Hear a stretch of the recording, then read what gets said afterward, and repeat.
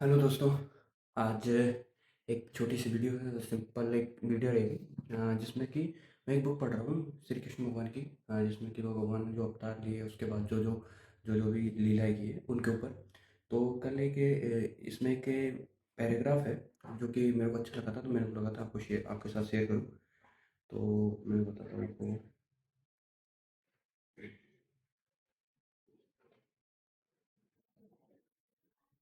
हाँ, जब वो थे ना, नल नलकूबर और मणिग्रीव का जो पेड़ बने हुए थे, नारद जी ने जो उनको श्राप दिया था, उसके बाद कृष्ण भगवान ने उनके जो पेड़, जो यशोदा जी ने वो बांधा था उनको, तो वो चलते चलते उनको जो पेड़ गिरे थे उनकी वजह से उनको मुक्ति मिली थी। तो उन्होंने उस टाइम पे उनकी कुछ जो कही थी वो बातें, वो ये है कि मूर्ख लोग भौतिक शरीर तथा स्वयं को एक मानने की भ्रांति के कारण सभी प्रकार के पाप करते रहते हैं, किंतु मनुष्य को इतना बुद्धिमान तो होना ही चाहिए कि वह समझ सके कि यह शरीर किसका है। मूर्ख व्यक्ति अपने शरीर पालन के लिए अन्य पशुओं का वध करता है, किंतु वह यह विचार नहीं करता कि यह शरीर उसका है या उसके पिता का है या उसके माता अथवा नाना का है। कभी कभी पिता अपनी पुत्री को किसी ऐसे व्यक्ति को दे देता है जिससे वह पुत्री के पुत्र यानी नाती को अपने पुत्र रूप में पुनः प्राप्त कर सके। यह शरीर ऐसे बलवान व्यक्ति का भी हो सकता है जो उसे जबरन कार्य करा ले। कभी कभी दास का शरीर किसी स्वामी को बेच दिया जाता है और उसी दिन और उस दिन से उसका शरीर सॉरी और उस दिन से उसका शरीर स्वामी का हो जाता है और जीवन के अंत में वह शरीर अग्नि का हो जाता है, क्योंकि शरीर अग्नि को समर्पित कर दिया जाता है और वह जलकर राख हो जाता है, अथवा यह शरीर सड़क पर फेंक दिया जाता है जिससे कुत्ते तथा गिद्ध खा जाते हैं।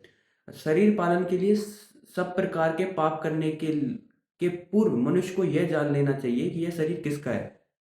अंतोगत यही निष्कर्ष निकलता है कि शरीर भौतिक प्रकृति का प्रतिकूल है और अंत में यह प्रकृति में मिल जाता है। अतः यह निष्कर्ष मिल जाता है और फिर अतः निष्कर्ष यही निकलता है कि शरीर प्रकृति का ही है। मनुष्य को भूलकर भी यह नहीं सोचना चाहिए कि यह शरीर उसका है। झूठा स्वत्व जताने के लिए भला मनुष्य हत्या में प्रवृत्त क्यों हो, शरीर पालन के लिए निर्दोष पशुओं का वध क्यों करे।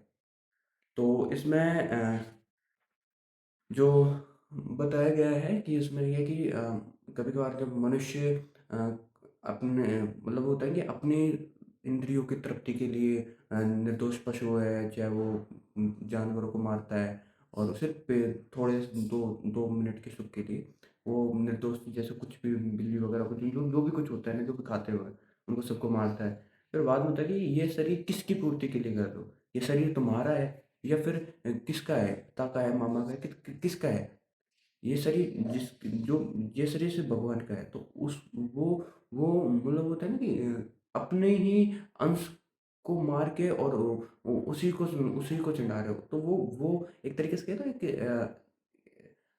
अपने आप में ही एक पाप का अपने हाथों से ही पाप को और बढ़ाना होता है। कि वैसे ही कुछ कुछ मतलब मनुष्य तो मतलब पाप का ही वो होता है कि इस पर पाप खूब होता है, लेकिन ऐसे अपनी सिर्फ इंद्रियों की तृप्ति के लिए ऐसे जो निर्दोष जो पशु होते हैं उनको मार देते हैं, तो उसके क्या उससे भी और पाप बढ़ता है, तो वो क्या कि नरक नरक जो वो होता है ना उसमें जाता है।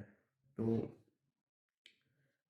बस यही है, बाकी और भी है लाइनें, तो अ, जैसा अगर कमेंट आता है तो मैं शेयर कर दूँगा बाकी और लाइनें। तो मेरे को ये लाइन थोड़ी अच्छी लगी थी कि मूर्ख लोग जो अपने जो इंद्रियों की तृप्ति के लिए जो निर्दोष पशुओं को मारते हैं ना, वो सिर्फ़ ये होता है कि 2 मिनट के सुख के लिए मारता है। बाकी जो सत्य में जो सुख होता है वो भगवान की जो क्या है उनकी जो उनकी याद उनके चरणों में वो पूरी उनकी जो स्मृति होती है, जो उनका नाम होता है, उसमें होता है सुख। लेकिन वो होता है कि सिर्फ सुख थोड़े से सुख के लिए न ये लोग करते हैं।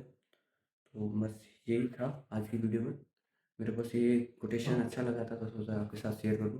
बाकी आप बताना आपको कैसा लगा है आज की वीडियो। बस थैंक यू।